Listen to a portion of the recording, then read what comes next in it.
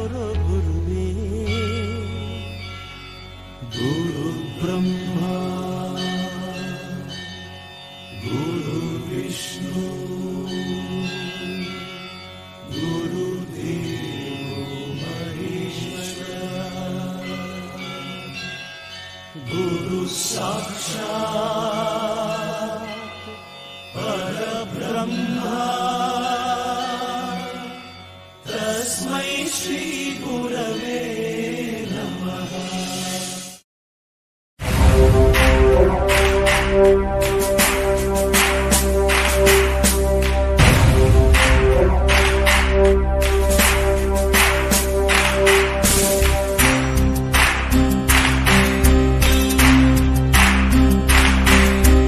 ಸಾಧನೆ ತೋರಿದ ನಿಮಗೆಲ್ಲ ಸಾವಿರ ಸಾವಿರ ಚಪ್ಪಾಳೆ. ನಾಡಿನ ಕೀರ್ತಿಯ ಬೆಳಗಿಸಿದ ನಿಮಗಿದು ಹೆಮ್ಮೆಯ ಚಪ್ಪಾಳೆ. ಚಪ್ಪಾಳೆ ಚಪ್ಪಾಳೆ ಚಪ್ಪಾಳೆ ಚಪ್ಪಾಳೆ ಚಪ್ಪಾಳೆ ಚಪ್ಪಾಳೆ ಚಪ್ಪಾಳೆ. ದಿವಸ ನನ್ನ ನಿವೃತ್ತಿಯ ಈ ಸಂದರ್ಭದಲ್ಲಿ ಶುಭ ವಿದಾಯವನ್ನು ಹೇಳುವ ಈ ಕಾರ್ಯಕ್ರಮದ ವೇದಿಕೆ ಮೇಲಿರುವ ತುಮಕೂರು ವಿಶ್ವವಿದ್ಯಾನಿಲಯದ ಮಾನ್ಯ ಕುಲಪತಿಗಳಾದಂಥ ಪ್ರೊಫೆಸರ್ ವೆಂಕಟೇಶ್ವರರವರೇ, ಕುಲಸಚಿವರಾದಂಥ ಶ್ರೀಮತಿ ನಾದಿಯಾ ಗಂಜಮ್ಮವರೇ, ಮೌಲ್ಯಮಾಪನ ಕುಲಸಚಿವರಾದಂಥ ಪ್ರೊಫೆಸರ್ ಕೆ ವಸಂತಕುಮಾರ್ ಅವರೇ, ನನ್ನನ್ನು ಕುರಿತು ಅತಿಶಯವಾಗಿ ಮಾತಾಡಿದಂಥ ಮಿತ್ರ ಕೆ ಎಲ್ ರಾಜಶೇಖರ್ ಅವರೇ, ಈ ಕಾರ್ಯಕ್ರಮದ ಅಧ್ಯಕ್ಷತೆಯನ್ನು ವಹಿಸಿರುವ doctor D V Gundappa Kannada ಅಧ್ಯಯನ ಕೇಂದ್ರದ ನಿರ್ದೇಶಕರಾದಂಥ ಪ್ರೊಫೆಸರ್ ಬಿ ನಿತ್ಯಾನಂದ ಶೆಟ್ಟಿ ಅವರೇ, ಹಾಗೂ ನನ್ನ ಎಲ್ಲ ಸಹೋದ್ಯೋಗಿಗಳೇ, ನನ್ನ ಈ ಬೀಳ್ಕೊಡುಗೆಯ ಸಮಾರಂಭದ ದಿವಸ ಆಗಮಿಸಿರುವ ನನ್ನ ಮಿತ್ರರಾದಂಥ ಯೋಗೇಶ್ವರಪ್ಪ ಅವರೇ, ಬೆಂಗಳೂರಿನಿಂದ ಆಗಮಿಸಿರುವಂಥ ಪ್ರೊಫೆಸರ್ ಸಿ ನಾಗಭೂಷಣ ಅವರೇ, ICHR ಡೆಪ್ಯೂಟಿ ಡೈರೆಕ್ಟರ್ ಆದಂಥ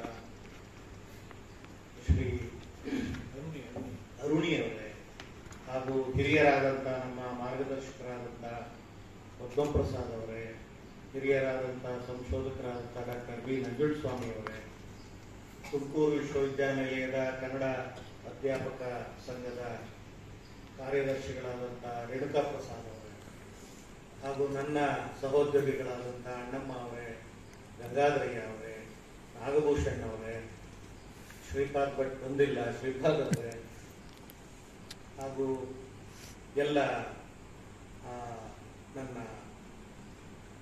PhD ವಿದ್ಯಾರ್ಥಿಗಳೇ ಹಾಗೂ ವಿದ್ಯಾರ್ಥಿನಿಯರೇ, ಹಾಗೂ ನನ್ನ ಎಲ್ಲ ಸ್ನೇಹಿತರು. ಈಗಾಗಲೇ ಮೇಡಮ್ ಹೇಳಿದ್ರು ಭಾವನಾತ್ಮಕವಾಗಿ ಇದ್ದಾರೆ ಅಂತ. ಅದು ಸಹಜ. ಇಂಥ ಸಂದರ್ಭದಲ್ಲಿ ಅದರಿಂದ ತಪ್ಪಿಸ್ಕೊಳ್ಳೋದಕ್ಕೆ ಆಗೋದಿಲ್ಲ. ಇಲ್ಲ ಅಂದ್ರೆ ಆಗಾಗಲಿಲ್ಲ ಅಂದ್ರೆ ನಾವು ಮನುಷ್ಯರೇ ಅಲ್ಲ ಅಂತ ನಾನು ಭಾವಿಸಿದ್ದೆ. ನಾನು ನಿತ್ಯಾನಂದ ಶೆಟ್ಟರಿಗೆ ಹೇಳಿದೆ, ಯಾಕೆ ಏನ್ ಬೇಡಪ್ಪ, ಸುಮ್ಮನೆ ಸರಳವಾಗಿ ಕಳಿಸ್ಕೊಡಿ ವಿಭಾಗದಲ್ಲಿ ಅಂತ. ಏನೋ ಬಹಳ ಪ್ರೀತಿಯಿಂದ ವಿದ್ಯಾರ್ಥಿಗಳನ್ನೆಲ್ಲ ಅವರಿಗೆ ಸೇರಿಸಿಕೊಂಡು ಇದೊಂದು ಒಳ್ಳೆ ಕಾರ್ಯಕ್ರಮ ಮಾಡಿದ್ದಾರೆ. ಹೀಗಾಗಿ ನಾನು ಅವರಿಗೆ ಹೃತ್ಪೂರ್ವಕವಾಗಿ ಕೃತಜ್ಞತೆಗಳನ್ನ ಅರ್ಪಿಸ್ತೇನೆ. ಮತ್ತೆ ಧನಪಾಲ್ ಅವರು, ನಾನಿವತ್ತು ಬಹಳ ಆಶ್ಚರ್ಯಪಟ್ಟೆ ಅವರು ಬಂದಿರೋದು ನೋಡಿ. ಹಾಗೆ ನಮ್ಮ ವಿಶ್ವವಿದ್ಯಾಲಯದ ಅಧ್ಯಯನಾಂಗದ ನಿರ್ದೇಶಕರಾದಂಥ ಅಮರೇಶ್ ಎತ್ಕಲ್ ಅವರು ಕೂಡ ಅಷ್ಟು ದೂರದಿಂದ ಬಂದಿದ್ದಾರೆ. ಈ ತುಮಕೂರು ವಿಶ್ವವಿದ್ಯಾನಿಲಯಕ್ಕೆ 14 ವರ್ಷಗಳ ಮುಂಚೆ ನಾವು ಕಾಲಿಟ್ಟಾಗ ನಮ್ಮಲ್ಲಿ ತುಂಬಾ ಆತಂಕಗಳು ಕಾಡ್ತವೆ. ಹೊಸ ಸ್ಥಳ, ಹೊಸ ಜನ, ಹೊಸ ಅಧಿಕಾರಿಗಳು, ಹೇಗೆ ನಾವು ಇಲ್ಲಿ ನಮ್ಮ ಕೆಲಸವನ್ನ ನಿರ್ವಹಣೆ ಮಾಡೋದು ಅಂತ. ಆದರೆ ಸ್ವಲ್ಪ ದಿವಸಗಳಲ್ಲೇ ಇಲ್ಲಿನ ಎಲ್ಲರ ಆತ್ಮೀಯ ಒಡನಾಟ, ಎಲ್ಲರ ಸಹೃದಯತೆ, ಎಲ್ಲರ ಒಳ್ಳೆಯ ಮನಸ್ಸು ನಮ್ಮನ್ನ ಹೆಚ್ಚು ಕೆಲಸದಲ್ಲಿ ತೊಡಗಿಕೊಳ್ಳೋ ಹಾಗೆ ಪ್ರೇರೇಪಿಸ್ತದೆ, ಸಜ್ಜುಗೊಳಿಸ್ತದೆ. ನಾನು ಪ್ರತಿಯೊಂದು ವಿಚಾರವನ್ನು ವಿಶ್ವವಿದ್ಯಾಲಯದಲ್ಲಿ ಯಾವುದೇ ನನ್ನ ವೈಯಕ್ತಿಕ ವಿಚಾರಗಳಾಗ್ಬೋದು, ಬೇರೆ ಬೇರೆ ವಿಚಾರಗಳಾಗ್ಬೋದು, ಯಾವುದನ್ನೂ ನಾನು ನಕಾರಾತ್ಮಕವಾಗಿ ತೆಗೆದುಕೊಂಡಿಲ್ಲ. ಹೀಗಾಗಿ ಒಂದು ವಿಧದಲ್ಲಿ ಎಲ್ಲವನ್ನು ನಿರ್ವಿಕಾರದಿಂದ ನೋಡ್ತಾ ಏನೇನಾಗುತ್ತೋ ಎಲ್ಲ ಆಗಲಿ ಅಂತ ಹೇಳಿ ಎಲ್ಲವನ್ನ ಧನಾತ್ಮಕವಾಗಿಯೇ ಸ್ವೀಕರಿಸಿ ನಾನು ಇಲ್ಲಿವರೆಗೂ ಬೆಳೆದು ಬಂದಿದ್ದೀನಿ. ತುಮಕೂರು ವಿಶ್ವವಿದ್ಯಾನಿಲಯ, ಕನ್ನಡ ವಿಶ್ವವಿದ್ಯಾನಿಲಯ ನನ್ನ ಬೆಳವಣಿಗೆಗೆ ಒಂದು ರೀತಿಯ ಒಂದು ವೇದಿಕೆ ಆದರೆ, ತುಮಕೂರು ವಿಶ್ವವಿದ್ಯಾಲಯ ನನ್ನ ಇನ್ನೊಂದು ರೀತಿಯ ಬೆಳವಣಿಗೆಗೆ ದೊಡ್ಡ ವೇದಿಕೆ ಆಯಿತು. ತುಮಕೂರು ವಿಶ್ವವಿದ್ಯಾಲಯದಲ್ಲಿ ಏನು ನಾನು ಹಿರಿಯ ಪ್ರಾಧ್ಯಾಪಕ ಅಂತನೋ ಅಥವಾ ಈ ತುಮಕೂರು ವಿಶ್ವವಿದ್ಯಾಲಯಕ್ಕೆ ನಾವು ಪ್ರಾಧ್ಯಾಪಕರಾಗಿ ಸುಮಾರು 7 ಜನ ಒಟ್ಟಿಗೆ ನೇಮಕ ಆದ ಮೊದಲ ಪ್ರಾಧ್ಯಾಪಕರಾಗಿ ಬೇರೆ ಬೇರೆ ಬೇರೆ ಬೇರೆ ವಿಭಾಗದಲ್ಲಿ. ಡಿ.ವಿ. ಗುಂಡಪ್ಪ ಕನ್ನಡ ಅಧ್ಯಯನಕ್ಕೆ ಡಿವಿಪಿ ಆಗಿ ನಾನು ಮೊದಲ ಪ್ರಾಧ್ಯಾಪಕನಾಗಿ ಬಂದೆ ಅನ್ನುವಂಥ ಹೆಮ್ಮೆ ನನಗಿದೆ. ಹೀಗಾಗಿ ಆ ಡಿ.ವಿ. ಅನ್ನೋದರ ಮರ್ಯಾದೆಯನ್ನ ತೆಗಿಬಾರದು ಅಂತ ಹೇಳಿ ನಾನು ಅನೇಕ ಸಂದರ್ಭಗಳಲ್ಲಿ ನನ್ನ ಮನಸ್ಸಿಗೆ ಘಾಸಿಯಾದರೂ ಸಹ ಅದನ್ನೆಲ್ಲ ಸಹಿಸಿಕೊಂಡು ನಾನು ಸಮಾಧಾನ ಚಿತ್ತದಿಂದ ಇಷ್ಟು ವರ್ಷ ನಾನು ನನ್ನ ಸೇವೆಯನ್ನ ಸಲ್ಲಿಸಿದ್ದೇನೆ. ಇದಕ್ಕೆ ತುಮಕೂರು ವಿಶ್ವವಿದ್ಯಾಲಯ ನನಗೆ ಒಂದು ಒಳ್ಳೆಯ ವಾತಾವರಣವನ್ನ ನಿರ್ಮಿಸಿ ಕೊಟ್ಟಿದೆ. ಆರಂಭದ ಕುಲಪತಿಗಳಿಂದ ಮೊದಲುಗೊಂಡು ಇವತ್ತಿನ ಪ್ರೊಫೆಸರ್ ವೆಂಕಟೇಶ್ವರವರೆಗೂ ನನ್ನನ್ನು ಬಹಳ ಪ್ರೀತಿಯಿಂದ ಗೌರವದಿಂದ ವಿಶ್ವಾಸದಿಂದ ಕಂಡಿದ್ದಾರೆ. ಅದಕ್ಕೆ ನಾನು ತುಂಬಾ ಆಭಾರಿಯಾಗಿದ್ದೇನೆ. ಇನ್ನು ನಾನು ಮೊದಲಿಗೆ ಸಂಶೋಧನಾ ಕ್ಷೇತ್ರಕ್ಕೆ ಬರೋ ಪೂರ್ವದಲ್ಲಿ ಸಾಕಷ್ಟು ಕಾಲೇಜುಗಳಲ್ಲಿ ನಾನು ಬೇರೆ ಮಾತಲ್ಲಿ ಹೇಳೋದಾದ್ರೆ ಮಣ್ಣನ್ನು ಹೊತ್ತವನು. 86ರಲ್ಲಿ ನಾನು ಪದವಿಯನ್ನ ಮುಗಿಸಿದ ಮೇಲೆ ನಮಗೇನು ಕಾಯಂ ನೌಕರಿ ಅನ್ನೋದು ಬಹಳ ಸುಲಭನಾಗಿ ಏನು ಸಿಗಲಿಲ್ಲ ನಮಗೆ. ಸುಮಾರು 7 ಕಾಲೇಜುಗಳಲ್ಲಿ ನಾನು ಬೇರೆ ಬೇರೆ ಬೇರೆ ಬೇರೆ ಬೇರೆ ಬೇರೆ ಸಂದರ್ಭದಲ್ಲಿ 11 ವರ್ಷ 7 ಕಾಲೇಜುಗಳಲ್ಲಿ ಅಂಶಕಾಲಿಕ ಪ್ರಾಧ್ಯಾಪಕ, ತಾತ್ಕಾಲಿಕ ಪ್ರಾಧ್ಯಾಪಕ, ಪೂರ್ಣಕಾಲಿಕ ತಾತ್ಕಾಲಿಕ ಪ್ರಾಧ್ಯಾಪಕ ಅಂತೇಳಿ ಬೇರೆ ಬೇರೆ ಬೇರೆ ಬೇರೆ ಬೇರೆ ಬೇರೆ ಇದರಲ್ಲಿ ನಾನು ಕೆಲಸವನ್ನ ನಿರ್ವಹಿಸಿದೆ. ಇದರ ನಡುವೆಯೂ ನನ್ನ ಗುರುಗಳು ಮತ್ತೆ ನನ್ನ ಸಹಮಿತ್ರರು ಸಂಶೋಧನೆಯ ಬಗ್ಗೆ ನನ್ನ ಒಂದು ಉತ್ತರವನ್ನು ಆಪ್ತವಾಗಿ ಪ್ರೀತಿಸಿದ್ರಿಂದ ಆ ಸಂಶೋಧನಾ ಕ್ಷೇತ್ರವನ್ನು ಕೈಯನ್ನು ಬಿಡಲಿಲ್ಲ. ಚಂದ್ರಶೇಖರ ಕಂಬಾರರ 2ನೇ ಅವಧಿಯಲ್ಲಿ ನನ್ನ ಶಾಸನಗಳ ಮೇಲಿನ ಸಂಶೋಧನೆ ಮತ್ತೆ ಅದರ ಆಸಕ್ತಿಯನ್ನ ಕಂಡು ಚಂದ್ರಶೇಖರ ಕಂಬಾರರು ನನ್ನ ವಿದ್ಯಾಗುರುಗಳು ಅವರ ಕೊನೆಯ ಅವಧಿಯಲ್ಲಿ ನನ್ನನ್ನು ನೀನು ಇಲ್ಲಿ ಬಂದ್ಬಿಡು, ಎಲ್ಲ ಬಿಟ್ಟುಬಿಡು, ಬೆಂಗಳೂರು ಬಾ ಅಂತೇಳಿ ಕನ್ನಡ ವಿಶ್ವವಿದ್ಯಾಲಯ ಹಂಪಿಗೆ ಕರೆಕೊಂಡೆ. 86ರಲ್ಲಿ ನಾನು MA ಮುಗಿಸಿದ್ರು ಕೂಡ 97ರಲ್ಲಿ ನನಗೆ ಕಾಯಂ ಅಧ್ಯಾಪಕ ಅಂತ ಸಿಕ್ಕಿತ್ತು. ಯಾಕೆ ಹೇಳ್ತಾ ಇದ್ದೀನಿ ಅಂದ್ರೆ ಇಲ್ಲಿ ಬಹಳ ಜನ PhD ವಿದ್ಯಾರ್ಥಿಗಳಿದ್ದೀರಿ, ಬಹಳ ಜನ ಸ್ನಾತಕೋತ್ತರ ವಿದ್ಯಾರ್ಥಿಗಳಿದ್ದೀರಿ. ನಿಮಗೆ ಕೆಲಸ ಸಿಗಲಿಲ್ಲ ಅಂತೇಳಿ ಪದವಿ ಪಡೆದು 1 ವರ್ಷ 2 ವರ್ಷಕ್ಕೆ ತುಂಬಾ ನಿರಾಸರಾಗಿ ಜೀವನವನ್ನೇ ವಿರೋಧಿಸೋದಕ್ಕೆ ಶುರು ಮಾಡ್ತೀರಿ. ಇದು ತಪ್ಪು. ತಾಳ್ಮೆಯನ್ನ ಕೆಡಬಾರದು. 86ರಲ್ಲಿ ನಾನು ಸ್ನಾತಕೋತ್ತರ ಪದವಿ ಮುಗಿಸಿ 91ರಲ್ಲಿ ನಾನು PhD ಮುಗಿಸಿ 97ರವರೆಗೆ ನಾನು ಒಂದು ಸರಿಯಾದಂತ ನೆಲೆ ನನಗೆ ಸಿಕ್ಕಿರಲಿಲ್ಲ. ಆದರೂ ನಾನು ಆದರೆ ಈ ಅಧ್ಯಯನ ಕ್ಷೇತ್ರವನ್ನ ಬಿಡದೇ ಇರೋ ಕಾರಣದಿಂದ ನನಗೆ ಆ ಒಂದು ಕೊನೆ 97ರಲ್ಲಿ ನನಗೆ ಆ ಒಂದು ಅವಕಾಶ ಸಿಕ್ತು ಅಂತ ನಾನು ಭಾವಿಸಿದ್ದೇನೆ. ತುಮಕೂರು ವಿಶ್ವವಿದ್ಯಾನಿಲಯಕ್ಕೆ ಬಂದ ಮೇಲೆ ವಿದ್ಯಾರ್ಥಿಗಳೊಂದಿಗೆ ಸಂವಾದ ನಡೆಸುವಂತ, ಅವರೊಂದಿಗೆ ಇರುವಂತ ಒಂದು ಭಾಗ್ಯ ನನ್ನದಾಯಿತು. ಕನ್ನಡ ವಿಶ್ವವಿದ್ಯಾನಿಲಯ ಪೂರ್ತಿ ಸಂಶೋಧನಾ ವಿಶ್ವವಿದ್ಯಾಲಯ ಆದ್ರಿಂದ 14 ವರ್ಷಗಳ ಕಾಲ ಪೂರ್ಣ ಸಂಶೋಧನೆಯಲ್ಲಿ ನಿರತರಾಗಿದ್ದು, ತಿಂಗಳಿಗೆ 15-20 ದಿವಸ ಊರನ್ನ ಬಿಟ್ಟು ಹೊರಡ್ತಾ ಇದ್ದು. ಅಂತ ಸಂದರ್ಭದಲ್ಲಿ ನನ್ನ ಮಕ್ಕಳ ಲಾಲನೆ ಪಾಲನೆ, ಮನೆಯ ಒಂದು ಜವಾಬ್ದಾರಿ ಎಲ್ಲ ನಿರ್ವಹಿಸಿದವರು ನಮ್ಮ ಶ್ರೀಮತಿ. ಹೀಗಾಗಿ ನನ್ನ ಈ ಬೆಳವಣಿಗೆಯ ಪಾತ್ರದಲ್ಲಿ ಕುಲಸಚಿವರು ಹೇಳಿದಾಗೆ ನನ್ನ ಶ್ರೀಮತಿಯ ಪಾತ್ರವೂ ಇದೆ ಅನ್ನೋದನ್ನು ಯಾವ ಸಂತೋಷವಿಲ್ಲದೆ ಹೇಳೋದಕ್ಕೆ ಇಷ್ಟಪಡ್ತೇನೆ. ಮತ್ತೊಂದು ನನ್ನ ಭಾಗ್ಯ ಏನು ಅಂದ್ರೆ ಅತ್ಯುತ್ತಮವಾದಂತ ಗುರುಗಳು ನನಗೆ ಪಾಠವನ್ನ ಮಾಡಿದ್ದು ನನ್ನ ಭಾಗ್ಯ. GS ಶಿವರುದ್ರಪ್ಪ ಅವರಿಂದ ಮೊದಲುಗೊಂಡು ಕನ್ನಡದ ಬಹುತೇಕ ದೊಡ್ಡ ದೊಡ್ಡ ಕವಿಗಳು, ವಿದ್ವಾಂಸರು, ವಿಮರ್ಶಕರು ನನಗೆ ಅಧ್ಯಾಪಕರಾಗಿದ್ದರು. ಇದೊಂದು GS ಸಿದ್ಲಿಂಗಯ್ಯನವರು, MH ಕೃಷ್ಣಯ್ಯ ಅವರು, ಆರ್ ಮಿತ್ರ ಅವರು, ಬಳ್ಳಾರಿ ಅವರು, ಆಮೇಲೆ GS ಶಿವರುದ್ರಪ್ಪ ಅವರು, ಚಿದಾನಂದ ಮೂರ್ತಿ ಅವರು, ಕೀರಂ ನಾಗರಾಜ್ ಅವರು, DR ನಾಗರಾಜ್ ಅವರು, ಬರಗೂರ್ ಅವರು, ಸಿದ್ಲಿಂಗಯ್ಯನವರು, ಕಾಳೇಗೌಡ ನಾಗವಾರ್ ಅವರು, ಯಾರ ಹೆಸರು ಹೇಳಿ ಯಾರ ಹೆಸರು ಬಿಡ್ಲಿ ನಾನು, ವಿದ್ಯಾಶಂಕರ್, KP ಭಟ್, ಹುಕ ಜಯದೇವ್, ಚಂದ್ರಶೇಖರ್ ಕಂಬಾರ್, KV ನಾರಾಯಣ, ಇಂಥ ಮಹಾನ್ ಘಟಾನುಘಟಿಗಳು ನನಗೆ ಪಾಠ ಮಾಡಿದ್ರಿಂದ ಅವರೆಲ್ಲರ ಪ್ರಭಾವ ಒಂದೊಂದು ಸ್ವಲ್ಪ ಸ್ವಲ್ಪ ನನ್ನ ಮೇಲೆ ಆಯ್ತು.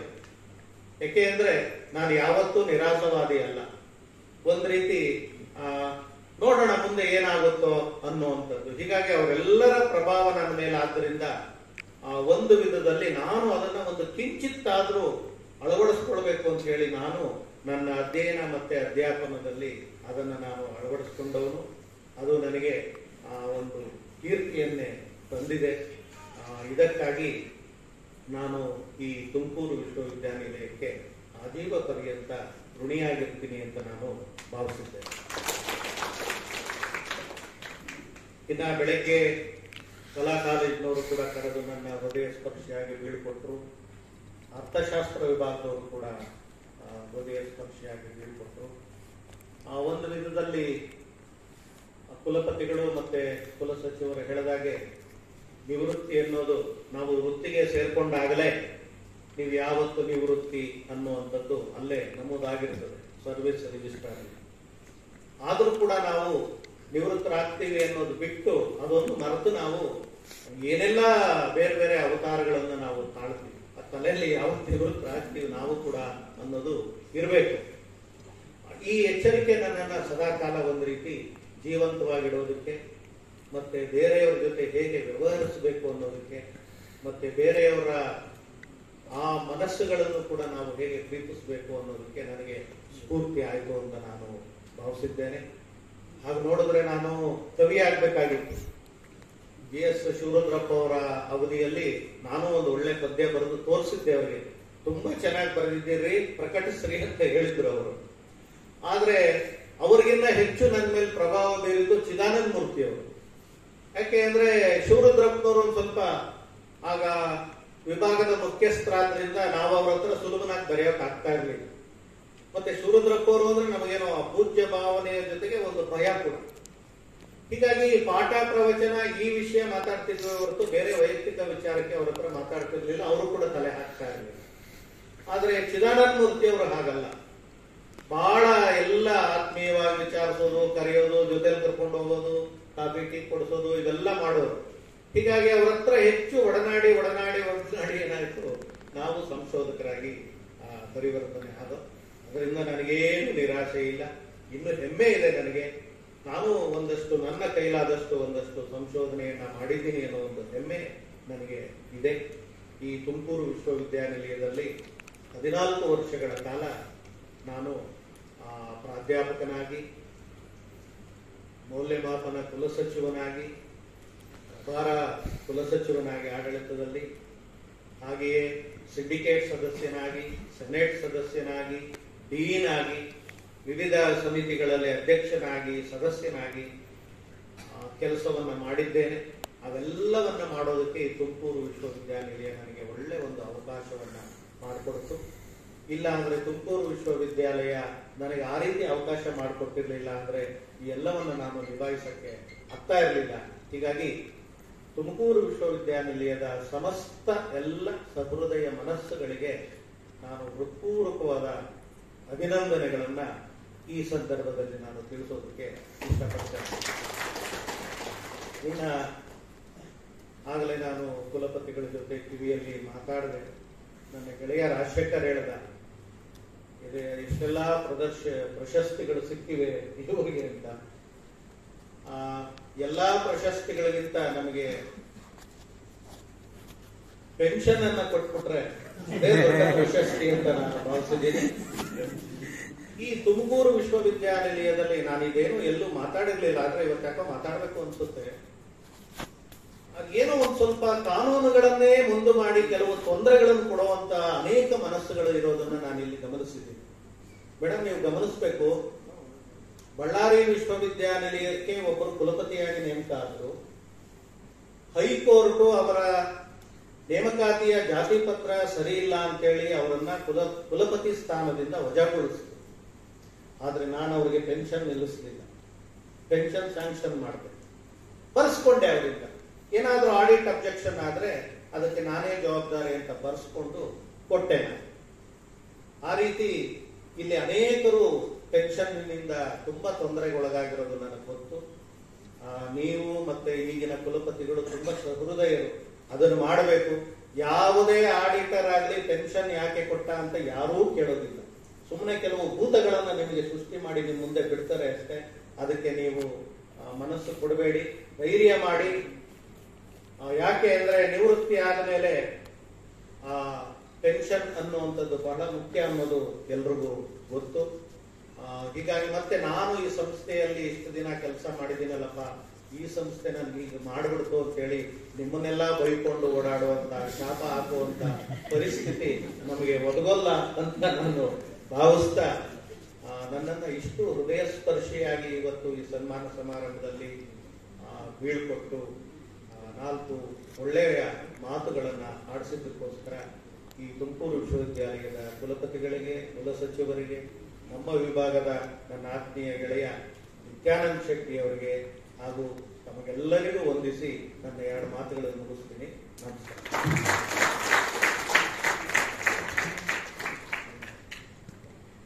ಗುರುಗಳಿಗೆ ಧನ್ಯವಾದಗಳು. ಕನ್ನಡ ವಿಭಾಗದ ಅಧ್ಯಕ್ಷರಾದ ಪ್ರೊಫೆಸರ್ ನಿತ್ಯಾನಂದ ಬಿ ಶೆಟ್ಟಿ,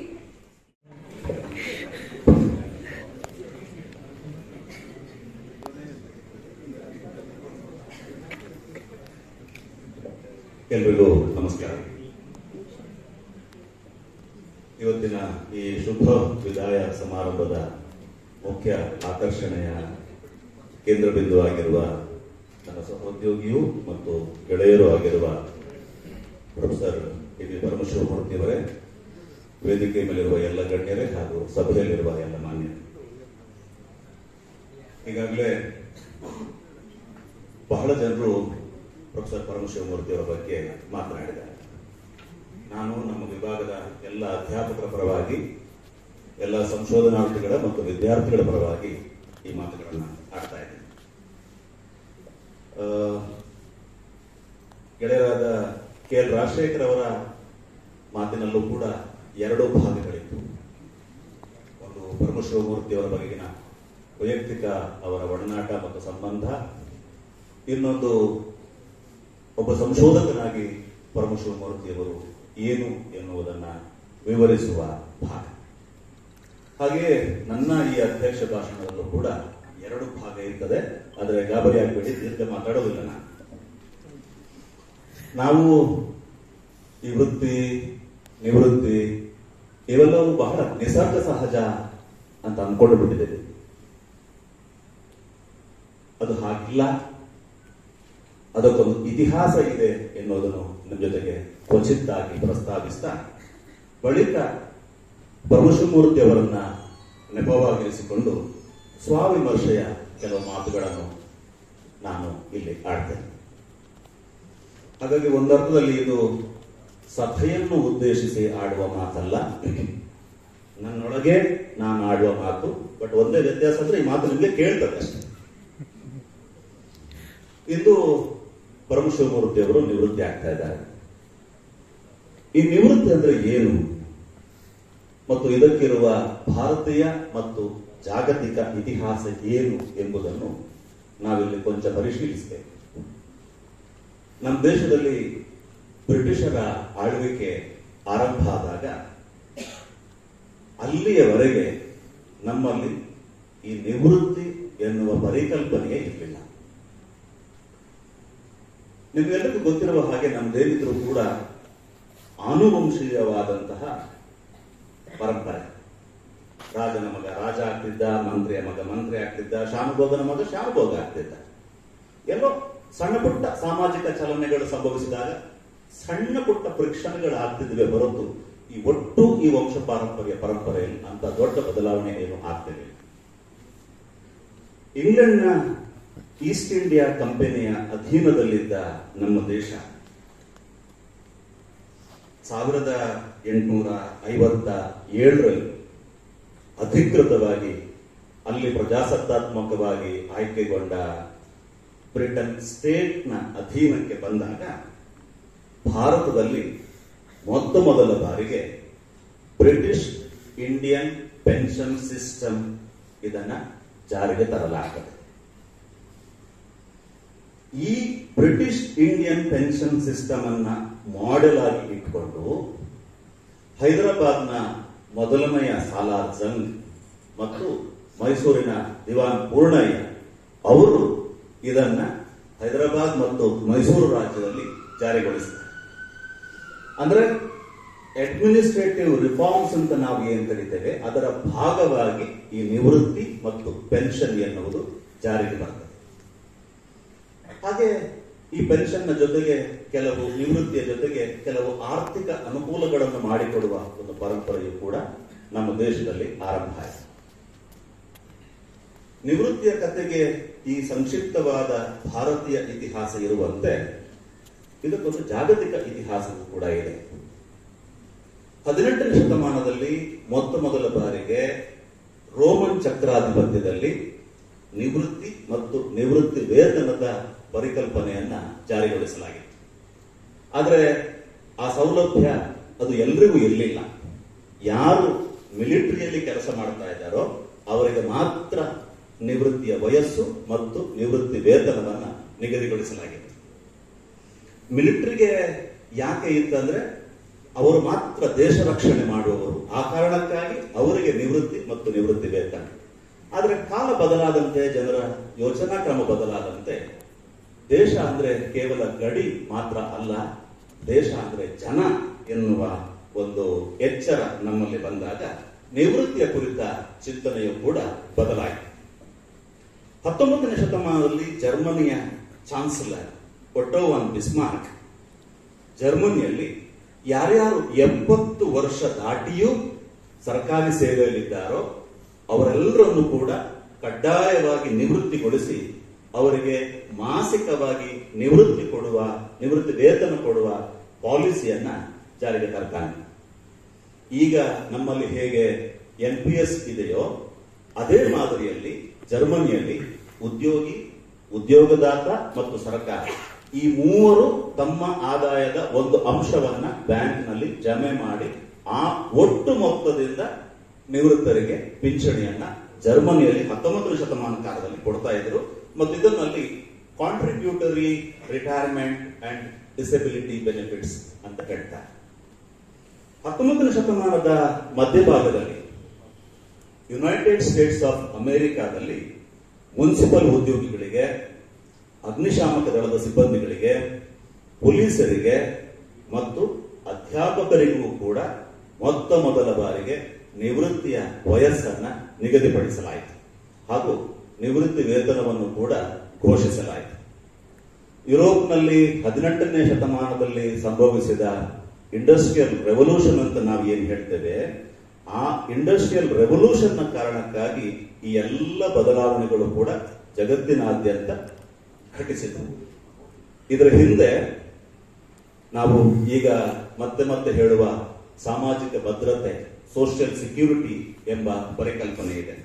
ಮತ್ತು ಈ ಸೋಷಿಯಲ್ ಸೆಕ್ಯೂರಿಟಿ ಎಂಬ ಪರಿಕಲ್ಪನೆಯ ಹಿಂದೆ ಯುರೋಪ್ನಲ್ಲಿ ಬೆಳೆದುಕೊಂಡು ಬಂದ ಸಮಾಜವಾದ ಎಂಬ ರಾಜಕೀಯ ಸಿದ್ಧಾಂತವೂ ಕೂಡ ಇದೆ.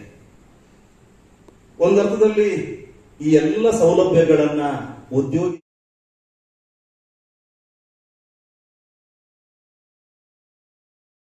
ವಿಶ್ವವಿದ್ಯಾನಿಲಯದಲ್ಲಿ ನನ್ನ ವಿರುದ್ಧ ಒಂದು ವ್ಯವಸ್ಥಿತವಾದಂತಹ ಒಂದು ಕಾನ್ಸ್ಪಿರೆನ್ಸಿ ಷಡ್ಯಂತ್ರ ನಡೆದಾಗ ಪರಮಶಿವಮೂರ್ತಿಯವರು ಪ್ರತಿ ದಿವಸವೂ ಆಲ್ಮೋಸ್ಟ್ ನನ್ನ ಜೊತೆಗೆ ಫೋನ್ನಲ್ಲಿ ಮಾತನಾಡ್ತಾ ನನಗೆ ಧೈರ್ಯ ತುಂಬುತ್ತಾ ನಾನು ಆತಂಕಕ್ಕೆ ಒಳಗಾಗದಂತೆ ನನ್ನನ್ನು ಅವರು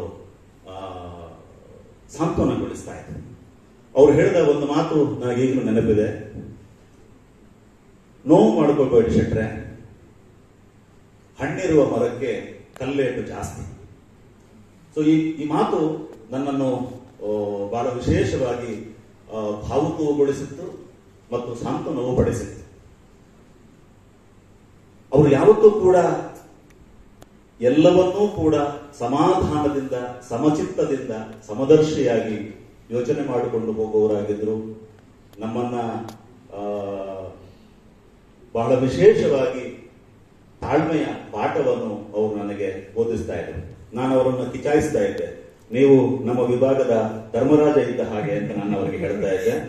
ಆಮೇಲೆ ಇನ್ನೂ ಒಂದು ಮಾತು ಸೇರಿಸ್ತಾ ಇದ್ದೆ, ತಣ್ಣೀರನ್ನು ತಣಿಸಿ ಕುಡಿಯುವ ಜಾತಿಗೆ ಸೇರಿದವರು ಪ್ರೊಫೆಸರ್ ಪರಮಶಿವಮೂರ್ತಿ ಅವರು. ನಾನು ಅವರು ಸುಖ ದುಃಖ ತೋಡಿಕೊಂಡಂತಹ ಅನೇಕ ಘಟನೆಗಳಿವೆ, ಅವುಗಳ ಪ್ರಸ್ತಾಪ ಇಲ್ಲಿ ಬೇಡ. ಆದ್ರೆ ಒಬ್ಬ ಸಹೋದ್ಯೋಗಿಯಾಗಿ ನಾನು ಅವರಲ್ಲಿ ಇಷ್ಟಪಟ್ಟಿದ್ದು ಅವರ ಒಳಗಿರುವ ಒಬ್ಬ ಸಂಶೋಧಕನ ಬಗ್ಗೆ. ಪ್ರಾಚೀನ ಕಾಲದ ಅಥವಾ ಆಧುನಿಕ ಪೂರ್ವ ಕಾಲದ ಅನೇಕ ಚಾರಿತ್ರಿಕ ಸಂಗತಿಗಳ ಬಗ್ಗೆ ಸಂಶೋಧನೆ ನಡೆಸ್ತಾ ಇದ್ದ ಪರಮಶಿವಮೂರ್ತಿಯವರು, ನಾನು ಬಹಳ ತಾತ್ವಿಕವಾಗಿ ಅವರನ್ನ ನಿಗದಿಪಡಿಸುವುದಾಗಿದ್ರೆ ಅವರು ಎಂಪಿರಿಸಿಸ್ಟ್ ಮತ್ತು ಪಾಸಿಟಿವಿಸ್ಟ್ ಸ್ಕೂಲ್ ಆಫ್ ಥಾಟ್ ನ ವಿದ್ಯಾರ್ಥಿಯಾಗಿದ್ದರು. ಈಗಾಗಲೇ ರಾಜಶೇಖರ್ ಅವರು ಹೇಳಿದ ಹಾಗೆ ಅವರ ಗುರುಗಳು ಕೂಡ ಎಂ ಚಿದಾನಂದ ಮೂರ್ತಿಯವರು ಮತ್ತು ಕಲಬುರ್ಗಿಯವರು ಮತ್ತು ವಿದ್ಯಾಶಂಕರ್ ಅವರಾಗಿರೋದ್ರಿಂದ ಆ ಎಲ್ಲ ಗುರುಗಳ ಶಕ್ತಿ ಮತ್ತು ಮಿತಿ ಇವೆಲ್ಲವೂ ಕೂಡ ಅದು ಪರಮಶಿವಮೂರ್ತಿಯವರದ್ದು ಕೂಡ ಆಗಿತ್ತು. ನಾನು ಮತ್ತು ಪರಮಶಿವಮೂರ್ತಿಯವರು ವಿಭಾಗದಲ್ಲಿ ಅಕ್ಕಪಕ್ಕ ಕೂತ್ಕೊಂಡು ಕೆಲಸ ಮಾಡ್ತಾ ಇದ್ದೆ.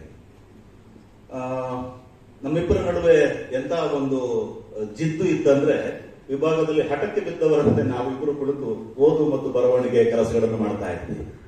6:30 ಆಗ್ತಿದ್ದಂಗೆ ನಾನು ವಿಭಾಗದಿಂದ ಹೊರಡ್ತಾ ಇದ್ದೆ. ಯಾಕಂದ್ರೆ ನನ್ನ ಮನೆ ಇಲ್ಲಿಂದ ಒಂದು 8-10 ಕಿಲೋಮೀಟರ್ ದೂರದಲ್ಲಿದೆ ಮತ್ತು ಹಳ್ಳಿಯಲ್ಲಿದೆ.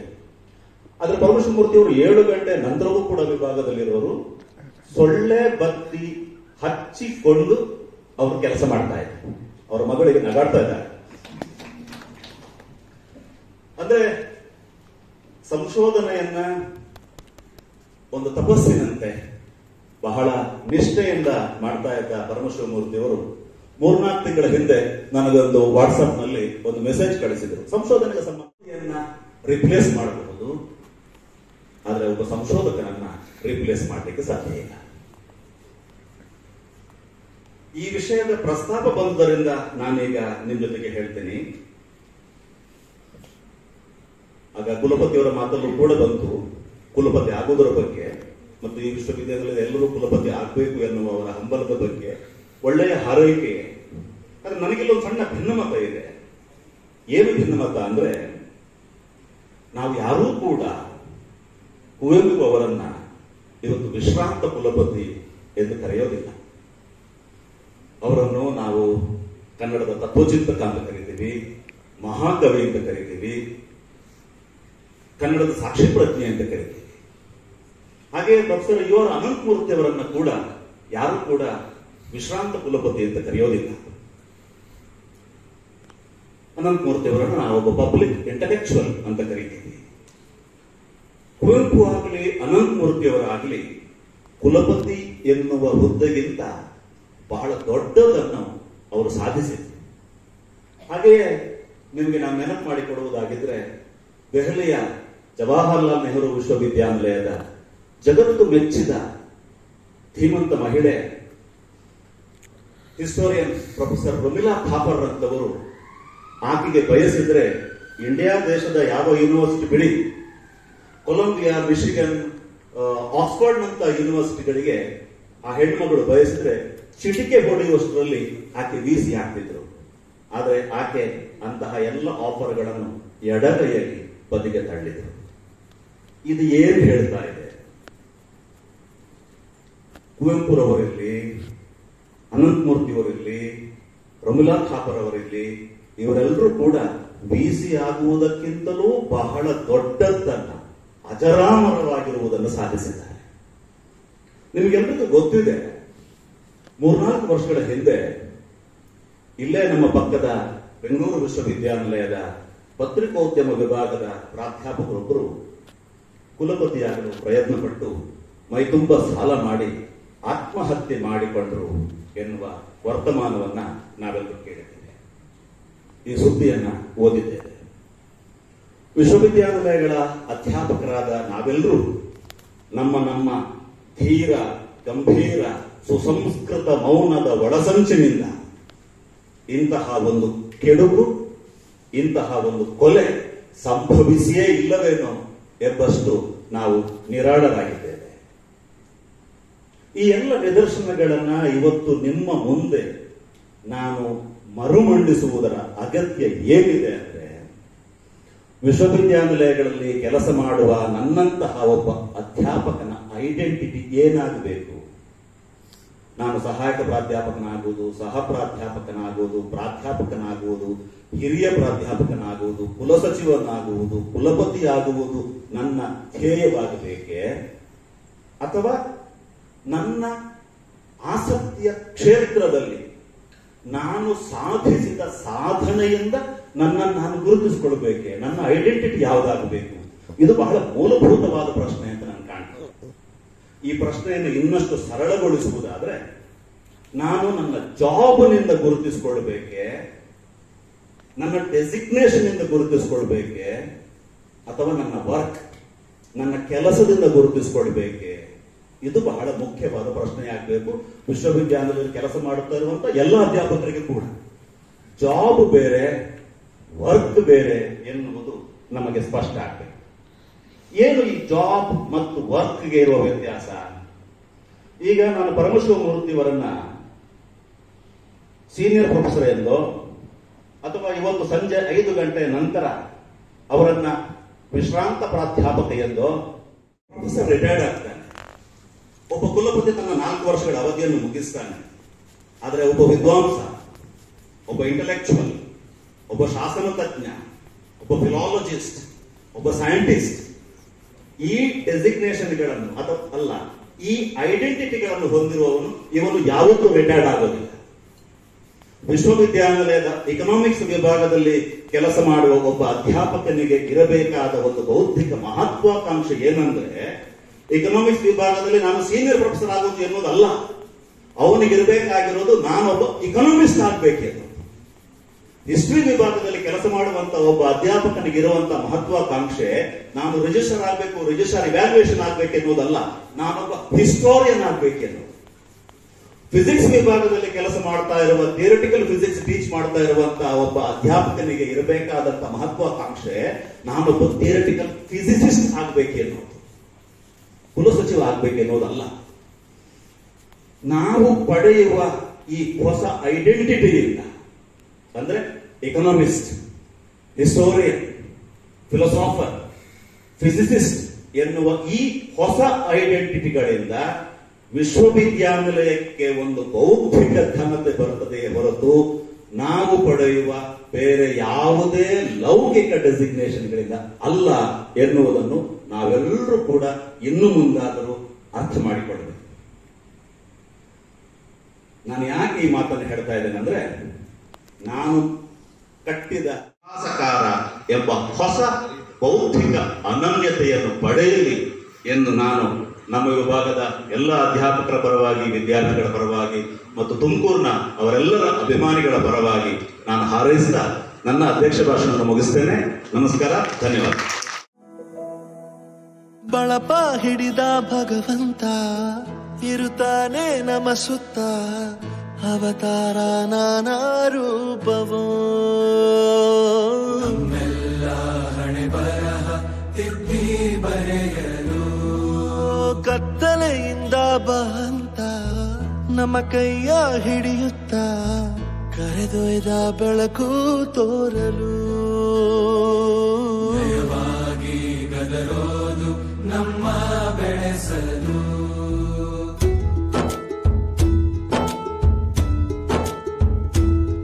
ಭಾಷೆ ಅಮೃತ ಕುಡಿಸೋ ತಾಯಾಗಿ, ಭಾಷೆ ಅಮೃತ ಕುಡಿಸೋ ತಾಯಾಗಿ, ಭವಿಷ್ಯ ಬರೆವಂತ ತಂದೇನೋ ಆಗಿ, ಬರೆವಂತ ತಂದೇನೋ ಆಗಿ, ಚಂದದ ಜೀವನನ ನೀಡಿರೋ ಗುರುಗಳು ಗುರುಗಳು